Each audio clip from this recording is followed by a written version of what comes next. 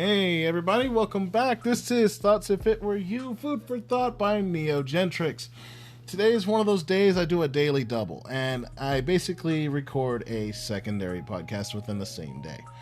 Now, continuing off where I left off, I did say we were going to cover communication, and I've already covered personal appearance and what is communication. So we're going to keep moving forward with this set topic for the next couple of days until I've covered a pretty general overview of the entire thing. Okay, I'm not going to go into extensive detail like I said before, but I will cover just about everything I can on this specific topic. Okay, so today's second topic of discussion is interpersonal communication skills. Now you may be asking yourself, what the heck is that, and how is it any different than regular communication? First off, regular communication is basically what I had mentioned before, ways of letting someone else know what you're thinking, feeling, or what you're trying to say, or what point you're trying to make. So then, if that's the case, what is interpersonal communication? This is the process by which people exchange information, feelings, and meanings through verbal and non-verbal messages. It is face-to-face communication. That's basically what that is. All right? If you want to know what it's called when you talk to someone face-to-face, it's called interpersonal communication. Okay? It's not just about what is actually said, the language used, but how it is said, and how the non-verbal messages sent through tone of your voice, facial expressions, gestures, and even your body language, going back to personal appearance. Now, when two or more people are in the same place and are aware of each other's presence, then the communication is taking place, no matter how subtle or unintentional it may be. Okay? So, without speech, an observer may be using cues of posture, facial expressions, and dress to form an impression of the other's role, emotional state, personality, or even intentions. Okay? Although no communication may be intended, people receive messages through such forms of nonverbal behavior. Okay? There are a lot of elements of interpersonal communication.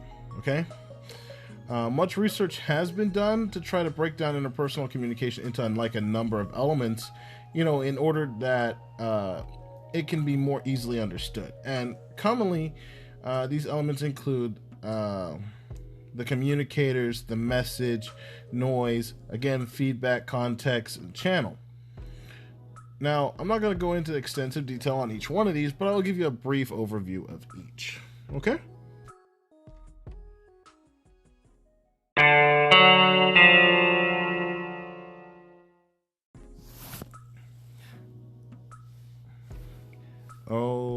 Okay. So, we're going to start with the first one, the communicators.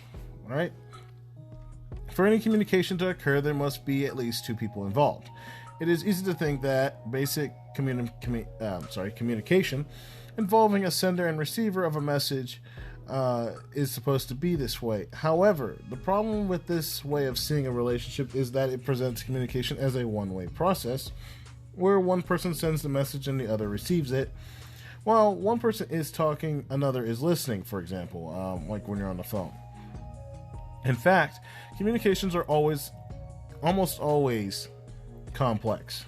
It's a two-way process, basically, with people sending and receiving messages to and from each other simultaneously. In other words, communication is an interactive process. While one person is talking, the other is listening, but while listening, they're also sending feedback in the form of smiles, head nods, gestures, body motions, etc. Next would be the message. Message not only means the speech used or information that's being conveyed, but also the nonverbal message exchange, such as, like I mentioned before, your facial expression, tone of voice, gestures, and your body language. This being said, nonverbal behavior can convey additional information about spoken message.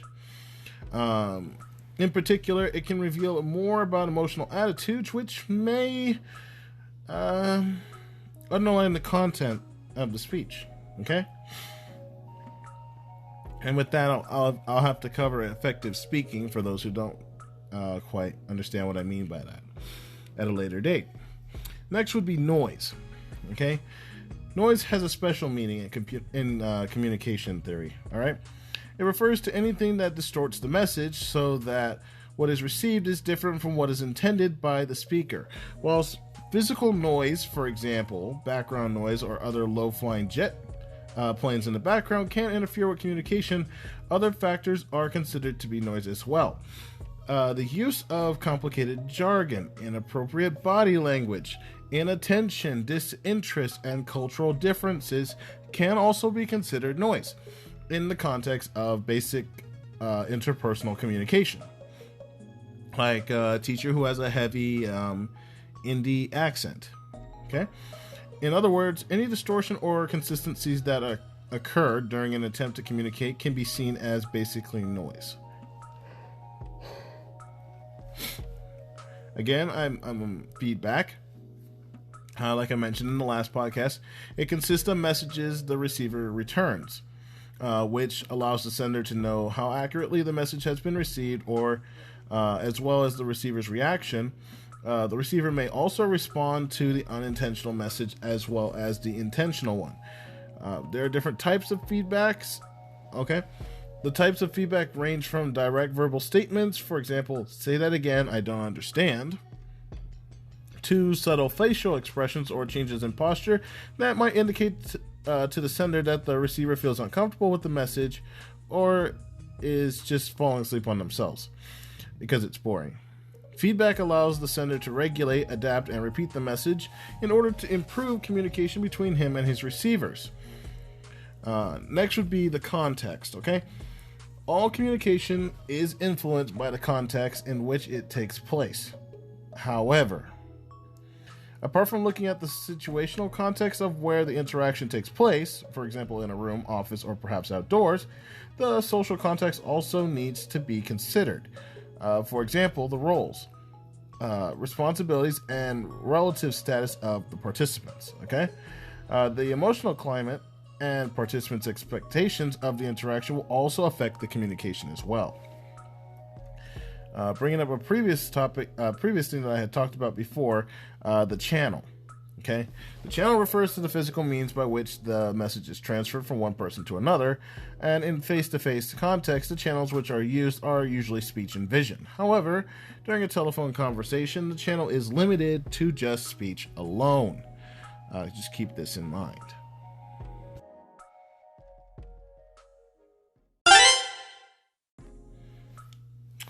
All right, last thing I want to cover on this one, and then yes, I know this podcast is fairly short, but like I said, it's just a secondary one I'm doing during the day. These are random; they're not always consistent with my normal regular schedule. Okay, when you have the opportunity to observe some interpersonal communication, make a mental note of the behaviors that are used, both verbal and nonverbal.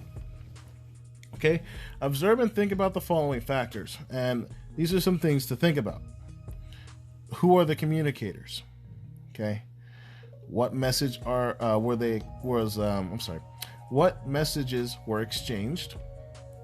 What, if there was any, I'm not saying there will be, noise distorts the message. Okay. How feedback's given. What is the context of the communication? Now, you probably do this all the time, subconsciously, but when you actively observe interpersonal communication, you can more fully appreciate its mechanics. Okay? So by observing others, making a conscious effort to understand how communication occurs, you will think about how you communicate and become more aware of the messages you send. This provides a perfect opportunity for you to develop your interpersonal communication skills. Okay? Lastly, the uses of interpersonal communication. Most of us engage in some form of interpersonal communication on a regular basis, often many times a day. How well we communicate with others is a measure of our interpersonal skills in the first place. Okay? Interpersonal communication is a key life skill, and it can be used to do the following: give and collect information, influence the attitudes and behaviors of others, form contacts and maintain relationships, make sense of the world and our experiences in said world, express personal needs and understand the needs of others, give and receive emotional support for those who need it, make decisions, solve problems, anticipate and predict behavior, and regulate power. Now, while these may seem like contrary things, they all make up what communication is, and it helps improve upon basic level communication between people, making it more effective. Okay? Now, with that being said, there are a lot of things that factor into this. Okay? And I'm going to go ahead and give some tips here for effective interpersonal communication. Like I said before, interpersonal communication are skills that, are those which you will need every day in your life. Okay, be it in your professional or personal life. Okay, there's some of the most important skills that you need to focus on are a large percent of your life involves interacting with people, friends, colleagues, and relations with your boss as well.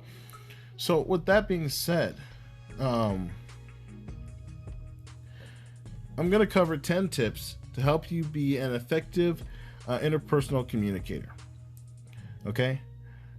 And I want you to keep this in mind. At first, it may seem a simple and natural thing to do, but talking to people is a complex process, and it becomes more difficult when you do not know how the other person will react. This is where effective communication comes into play.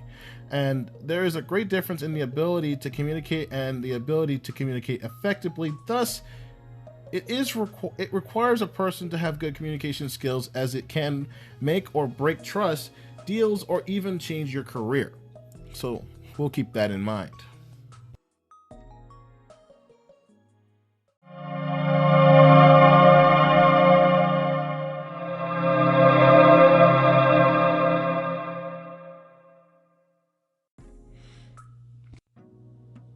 Alright, so the first thing being this: don't show negative body language. As the saying goes, the first impression is the last impression. Hence, you should always be careful when it comes to body language. It is said that a typical communication consists of more than 50% nonverbal communication, which includes body language. So if your body language is sending negative signals to the other person, the communication will probably break down in the process. Another important point to note here is that you should not bring any physical barriers between you and the other person. Barriers create distractions and can make the communication process very uncomfortable. 2, do not interrupt the other person. I know I covered this once before about showing respect when we covered different morals. However, that aside, it is very rude to interrupt a person while they are speaking. And nobody likes to be interrupted because it hampers the thought process and it is disrespectful, like I said before. If you have to make an interruption and it is necessary for you to speak at that exact moment, then you need to make a gentle interruption. Ask the person if you may interrupt him or her and say sorry. And whatever you wanted to say must justify your interruption, otherwise it's unwarranted. Okay? Number 3, and this is something that a lot of people need to consider doing, and even me at some times. Think before you speak. I can't stress this one enough, okay? Another adage that perfectly describes this point is look before you leap, okay? You should think how your words are going to affect the person whom you are communicating before making any comments. That means that you should try to connect with the feelings of the other person in order to show that you genuinely care about the conversation that is going on between the two of you, rather than just saying that you are and just hearing them. With that being said, that brings me to the 4th topic, listening well. Okay, the ability to listen to what a person is saying is in itself a skill. Okay, and you should focus on that while communicating with others. If you have good listening skills, you will be able to understand the person's words more clearly and react in a positive manner. It will also send a signal to the other person that you care about what he or she has to say. That being said, number 5, don't be defensive or attacking. Stay neutral. It doesn't matter what you're talking about. Some people have a tendency to get defensive or attack during a conversation. Okay? You do not have to get overexcited when someone points out your mistakes or get defensive or attack them. Be neutral and transparent so that you can understand what is actually being discussed. Always maintain the balance in the conversation so that everyone involved in the discussion has a fair part in it and they feel comfortable speaking. On that note, number 6, don't deviate. Okay, always try to stick to the topic of the discussion to maintain the relevancy of the communication process. There is no need to bring something totally unrelated to the discussion and waste the time of the people involved. If you deviate away from the topic, the whole idea of the conversation becomes less than meaningful and it's just abstract. Okay? So, in that regard, number 7, be confident of your ideas. Okay? You should always be confident of what you're saying or speaking and should take ownership of your words. This will increase the trust that the other people have in you and make the conversation flow more freely. Okay? And on that note, number 8, be open to receiving feedback. Okay? Sometimes it's good to step back and be receptive to feedback. Communication is a two-way process and should remain like that. I mean, you should be open to feedback from the other person and give honest to good feedback whenever you feel it is needed, but remember there's good and bad feedback. Okay, now I will be covering giving and receiving feedback, like I said before, at a later date. All right, next would be number 9, use the right communication method. Okay, communication may not necessarily always be verbal, and you should understand that different types of situations ask for different methods. Okay, you should know that which types of communication methods will be more effective. Okay, location is also an important point to remember. Different types of communication needs different locations. Lastly, shake hands firmly. Okay, and while it may not seem like something too trivial, how do I put this? The last but not least important tip is how you shake hands when you introduce yourself. Giving a firm handshake, but do not make it a tight one, and also do not squeeze, but then not make it a weak handshake, because a weak handshake may indicate low self-esteem. The way you shake a person's hand tells a lot about who you are and the type of personality that you have. All right? Well, that brings a conclusion to this podcast adaptation on interpersonal communication. And next time we meet, or we come back, we're going to talk about the principles of communication. Okay? Once again, thank you guys for listening. Have a great rest of your day, and we'll see each other again later.